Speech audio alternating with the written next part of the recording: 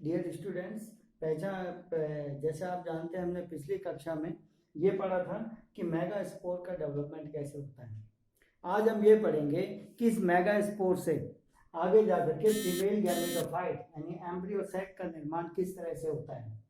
जैसे कि आप देख रहे हैं ये एक मेगा स्पोर है। इस मेगा स्पोर में ये न्यूक्लियस है, ये साइटोप्लाज्म है। सबसे पहले इसके अंदर एक माइटोसिस अर्थात समसूत्री विभाजन होता है, जिससे दो न्यूक्लियस का निर्माण होता है, दो केंद्रक का निर्माण होता है। फिर इसमें एक और माइटोसिस होता है जिससे 4 न्यूक्लियस का फॉर्मेशन होता है। फिर इसमें एक और माइटोसिस होता है जिससे 8 न्यूक्लियस का फॉर्मेशन होता है। इसमें फिर इसके बीच में एक वैक्यूल्स का फॉर्मेशन होता है। इस वैक्यूल के फॉर्मेशन से इन न्यूक्लियस के ऊपर प्रेशर पड़ता है, जिससे जो 4 न्यूक्लियस होते हैं ये माइक्रोपाइल की ओर एडजस्ट हो जाते हैं और बचे हुए 4 जो होते हैं वह चैलेंजर एंड की ओर अरेंज हो जाते हैं। इसमें जो माइक्रोपाइल एंड होता है इसकी ओर जो 3 सेल्स बनाते हैं न्यूक्लियस, और ये 3 सेल्स एंटीपोडियल्स का फॉर्मेशन करती है। इसी प्रकार जो चैलेंजर एंड की ओर 3 सेल्स होती है ये आपस में मिलकर के एंटीपोडियल का फॉर्मेशन करते हैं। दो न्यूक्लियस बीच में आ जाते हैं, 1 और 2। इसको हम कहते हैं पोलर न्यूक्लियाई या प्राइमरी न्यूक्लियस कहते हैं। इसके बीच में साइटोप्लाज्म में जो है कलेक्ट हो जाता है। इसे ही हम फीमेल गैमेटोफाइट, एम्ब्रियो सैक या भ्रूण कोश के नाम से जानते हैं। अब हम ये देखेंगे कि इसकी स्ट्रक्चर कैसे होती है। यदि हम इसकी स्ट्रक्चर देखें तो जैसा आपको पहले भी बताया था, इसकी स्ट्रक्चर जो है 7 सेल और 8 न्यूक्लियस, 7 कोशिकीय और 8 केंद्र की संरचना होती है। कैसे? देखो, न्यूक्लियस 1 2 3 4 5 6 7 8, तो 8 तो न्यूक्लियस हो गए और सेल 1 2 3 4 5 6 7 सेल होगी। इसको हमने कहते हैं एम्ब्रियो सेक और भ्रूण कोश।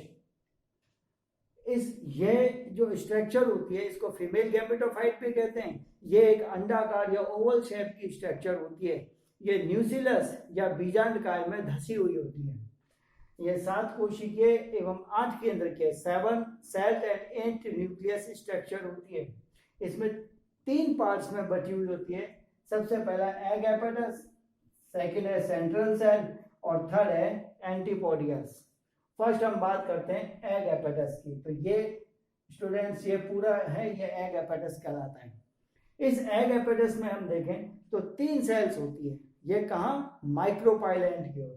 तो माइक्रोपाइल एंड की ओर 3 न्यूक्लियस आपस में मिल करके एग एपेटस का फॉर्मेशन करते हैं। इसमें एक बड़ी सेल होती है, ये इसको हम कहते हैं एग सेल, और 2 पास में होती है, इसको कहते हैं सिनर्जिड्स या सहायक कोशिकाएं कहते हैं।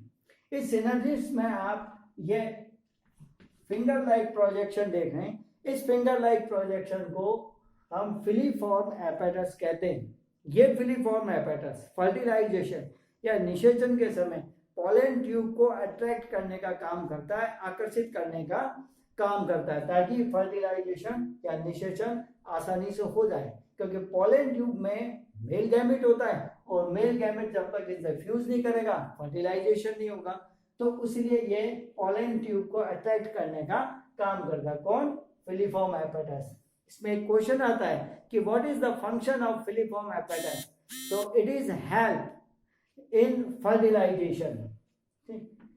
नेक्स्ट चैलेंजर एंड होता है। इस चैलेंजर एंड की ओर 3 सेल्स पाई जाती है। ये 3 सेल्स आपस में मिलकर एंटीपोडियल्स का फॉर्मेशन करती है। ये एंटीपोडियल्स चैलेंजर एंड की ओर पाया जाता है, हमेशा चैलेंजर एंड की ओर पाया जाता है। ये कुछ इंपॉर्टेंट एंजाइम का सीक्रेशन करता है।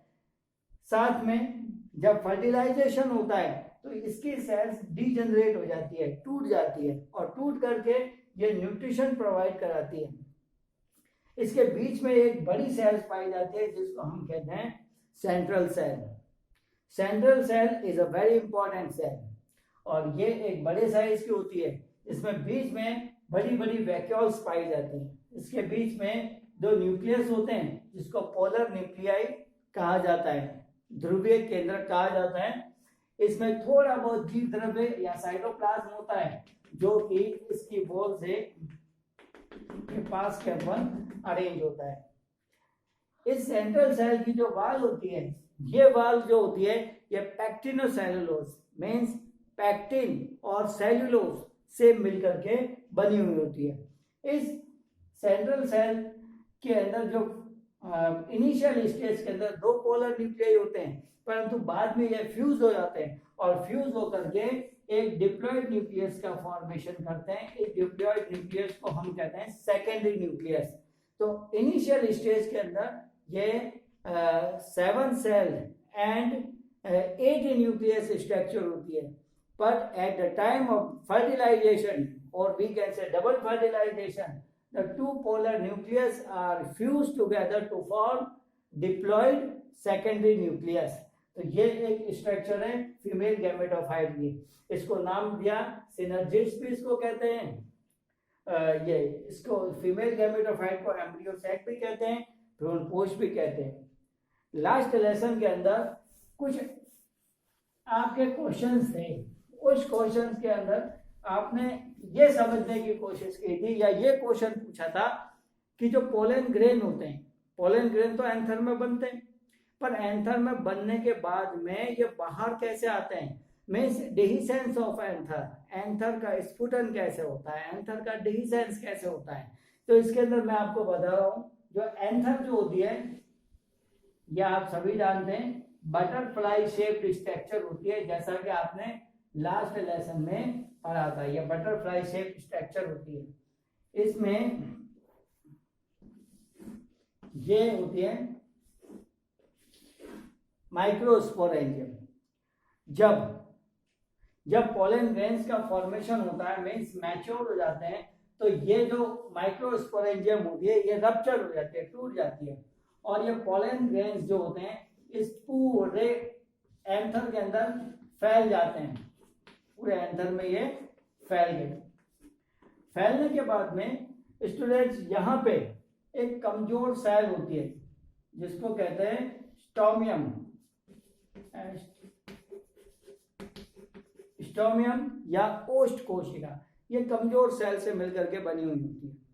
जैसा आप जानते हैं इसकी जो एंडोथीसियम थी, ये एंडोथीसियम हाइग्रोस्कोपिक नेचर की होती है, क्योंकि इसमें अल्फा सेलुलोज का स्थूलन या डिपोजिशन पाया जाता है और अल्फा सेलुलोज हाइग्रोस्कोपिक नेचर का होता है।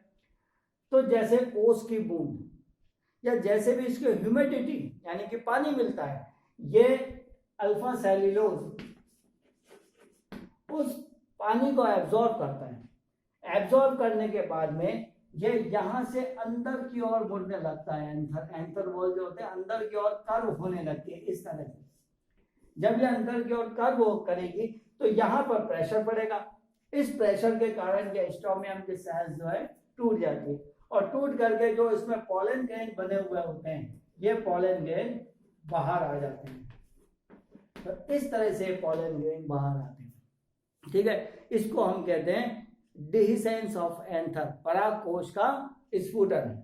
दूसरा इसमें एक क्वेश्चन और आपने पूछा था, वो क्वेश्चन ये था कि पराग एलर्जी के बारे में पूछा था।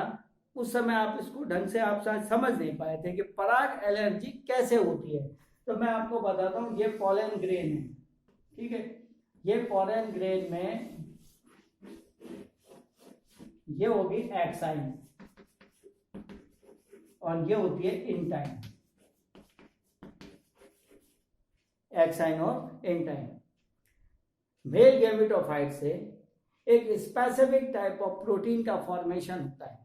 ये प्रोटीन जो यहाँ स्थान पाया जाता है एक्साइन में, उस स्थान के अंदर डिपॉजिट हो जाता है और सूख जाता है, सूख करके टेढ़ा हो जाता है। लेकिन जैसे ही एंथर से बाहर पोलन ग्रेन आते हैं, आने के बाद में ये नमी को एब्जॉर्ब करते हैं। नमी को एब्जॉर्ब करने के से ही ये जो प्रोटीन है, ये प्रोटीन इन स्थानों से बाहर आने लगता है और हवा के अंदर फैल जाता है। जब हम सांस लेते हैं तो सांस के साथ में हमारे बॉडी के अंदर जाता है और उससे एलर्जी बनाता है, उसको पोलन एलर्जी कहते हैं। एक क्वेश्चन आपने ये पूछा था कि क्या सभी पोलन ग्रेन पोलन एलर्जी करते हैं, जी नहीं, सभी नहीं करते पॉलन एलर्जी।